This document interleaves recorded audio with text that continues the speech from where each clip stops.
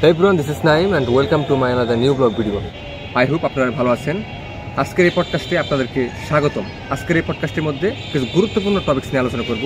I hope আপনাদের অবশ্যই ভালো লাগবে। তাই পডকাস্টটি শুরু থেকে শেষ পর্যন্ত দেখার অনুরোধ রইল।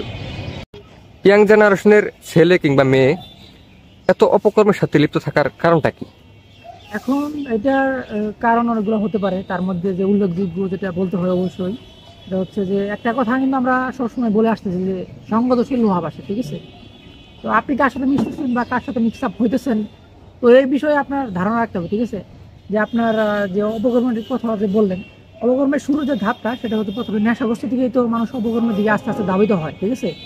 তো আপনি যেসব ফ্রেন্ডের সাথে মিক্স আপ করছেন, তো ওই ফ্রেন্ডসগুলো মানে তারা যদি নেশার সাথে আসক্ত থাকে, আপনি তাদের সাথে আড্ডা দিতে দিতে একসময় আপনিও মানে আসক্ত হবেন না, যে এর তো কোনো নিশ্চয়তা নেই। তো আপনি যখনই মানে ফ্রেন্ড সার্কেলের সাথে ঘোরাঘুরি করবেন বা আড্ডা দিবেন, তো আপনার এইটি খেয়াল রাখতে হবে যে আপনার ফ্রেন্ড সার্কেলের মধ্যে কোনো ওইরকম কেউ আছে কিনা যে খুব ডিপলিভাবে নেশাগ্রস্তভাবে নেশায় আসক্ত। তো আপনি যদি এই জিনিসটা খেয়াল রাখতে পারেন যে আপনার ফ্রেন্ড সার্কেলের মধ্যে এরকম কেউ নাই, বা আপনি যাদের সাথে চলাফেরা করতেছেন তাদের মধ্যে এরকম নাই, বা উশৃঙ্খল কেউ নাই, তো আপনি যদি এই বিষয়টাকে খেয়াল রাখতে পারেন যে আপনি যাদের সাথে মিক্স আপ হবেন তাদের মধ্যে যেন এরকম কোনো উশৃঙ্খল ছেলেপেলে না থাকে, তাহলে আর আমি একটা জিনিস বলতে চাই যে ফ্যামিলি ব্যাকগ্রাউন্ডটাও অনেক সময় অনেক কিছু ম্যাটার করে। যে ফ্যামিলি ব্যাকগ্রাউন্ড যদি ঠিক মতো না থাকে, পারিবারিক অশান্তি, মানসিক যন্ত্রণা ইত্যাদির কারণে মানুষ এই আমাদের জেনারেশনের যে ছেলেপেলেগুলো আছে এগুলো কিন্তু অনেক সময় অনেক অপকর্মে জড়িয়ে যায়। এটা একটা কারণ হতে পারে।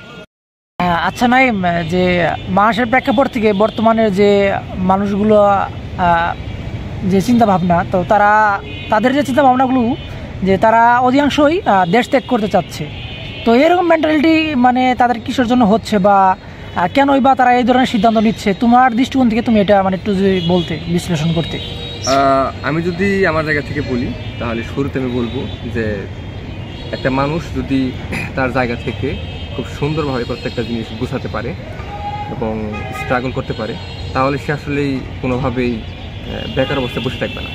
একটা মানুষ কখন সিদ্ধান্ত গ্রহণ করে যে আমি দেশ থেকে ত্যাগ করব? যখন সে বেকার অবস্থায় অনেক দিন থাকে, কোনো কর্মসংস্থানের ব্যবস্থা খুঁজে পাচ্ছে না, তখন কিন্তু সে এরকম সিদ্ধান্ত নিয়ে থাকে যে আমার এখন দেশের বাইরে চলে যেতে হবে। কিন্তু ওই মানুষের জায়গা থেকে যদি সে স্পেসিফিকভাবে একটা ক্যাটাগরি নিয়ে কাজ করে এবং স্ট্রাগল করে বেশ অনেক দিন, তাহলে আমি মনে করি যে সে আজ নয় কাল সেটা একটা ভালো একটা কিছু অর্জন করতে পারে। আচ্ছা, তাহলে কি তুমি মানে বলতে চাচ্ছ বাংলাদেশ একটা সম্ভাবনাময় দেশ, মানে এখানে যদি স্ট্রাগল করে কেউ তাহলে এখানে সাকসেস হওয়া সম্ভব? এটা একদম 100%।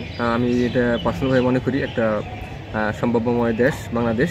কারণ আপনি যখন দেশটা ত্যাগ করে অন্য একটা দেশে যাবেন, সে দেশের সিচুয়েশন, কালচার এগুলোর সাথে নিজেকে আসলে খাপ খাওয়ানোটাও একটা লং টাইমের ব্যাপার।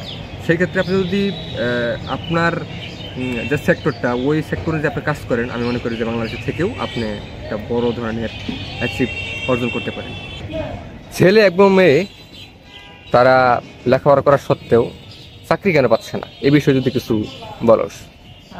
আসলে বাংলাদেশের যে জনসংখ্যা, সেই জনসংখ্যা অনুযায়ী বাংলাদেশের কর্মসংস্থান খুবই কম, ঠিক আছে? আসলে এই ধরনের বড় ধরনের ইস্যু নিয়ে আমি কথা বলতে চাই না, কিন্তু আমি অনেক ছোট মানুষ, আর সেই সাথে আমি একজন university student, Jahangirnagar university second ইয়ারের 2য় বর্ষে আমি একজন শিক্ষার্থী।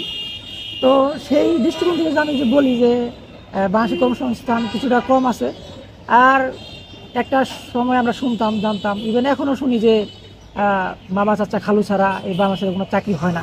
আসলে কথাটার মধ্যে কিছু সত্য আছে, কিছু মিথ্যাও আছে। কারণ আমরা অনলাইনে অনেক ধরনের নিউজ শুনতে পারি যে কোনো ধরনের কারো সাপোর্ট ছাড়াই, কারো সুপারিশ ছাড়াই মানে চাকরি হয়ে যাচ্ছে। তো নিজের মধ্যে যদি ওইরকমভাবে যদি করার ইন্টেনশন থাকে যে আমি বাংলাদেশে থাকবো, বাংলাদেশে থাকার পরে আমি চাকরি করব বা আমার লাইফস্টাইলটা আমি এখান থেকে গড়বো, তার পড়াশোনার মাধ্যমে এটা করা যায়, কিন্তু তার স্ট্রাগল করতে হবে বেশি, ঠিক আছে? বাংলাদেশ একটা এমন একটা প্লেস, এখানে স্ট্রাগল করেই তোমাকে কিছু অর্জন করতে হবে। স্ট্রাগল ছাড়া তুমি কোনো কিছু করতে পারবে না। বর্তমানের যে ইয়ং জেনারেশন, তাদের যে পার্সোনালিটি, তাদের মানে খুবই উশৃঙ্খল, খুবই মানে অগুছল। তো তাদের পার্সোনালিটি কীরকম হওয়া উচিত বা কীরকম হলে মানে একটা মানসম্মত হয় এবং সমাজের দৃষ্টিকোণ থেকে যেন তারা মানে একটা সম্মানিত জায়গায় থাকে? এই প্রশ্নের উত্তর যদি আমি দিতে যাই তাহলে আমি শুরুতে বলবো যে সর্বপ্রথম একটা মানুষ হিসেবে নিজেকে চিনতে হবে। কারণ নিজের ভেতরেও কিছু গুণ, কিছু দক্ষতা থাকে। আমরা ইদানিং সব থেকে একটা বেশি বিষয় লক্ষ্য করি, সেটা হচ্ছে যে আমাদের নিজের ভেতরে দক্ষগুলো না খুঁজে আমরা অন্য সব মানুষদেরকে কপি করা শুরু করি। এটা আসলে অনেক বড় একটা ভুল। সেই ক্ষেত্রে আমি বলবো আগে নিজেকে জানুন, নিজেকে চিনুন, দেন তারপর আপনি সামনের দিকে যে সমস্ত পদক্ষেপগুলো আসছে সেগুলো আপনি অবলম্বন করতে পারেন। অতএব নিজের বুঝটা কিংবা নিজের দায়িত্বটাকে দিন শেষে নিজেকে নিতে হবে। ধন্যবাদ পডকাস্টটি দেখার জন্য, এবং নিয়মিত এরকম পডকাস্ট দেখার জন্য এবং কি অন্যান্য ভিডিও পাওয়ার জন্য আমাদের সাথে থাকবেন, পাশে থাকবেন। ধন্যবাদ সকলকে।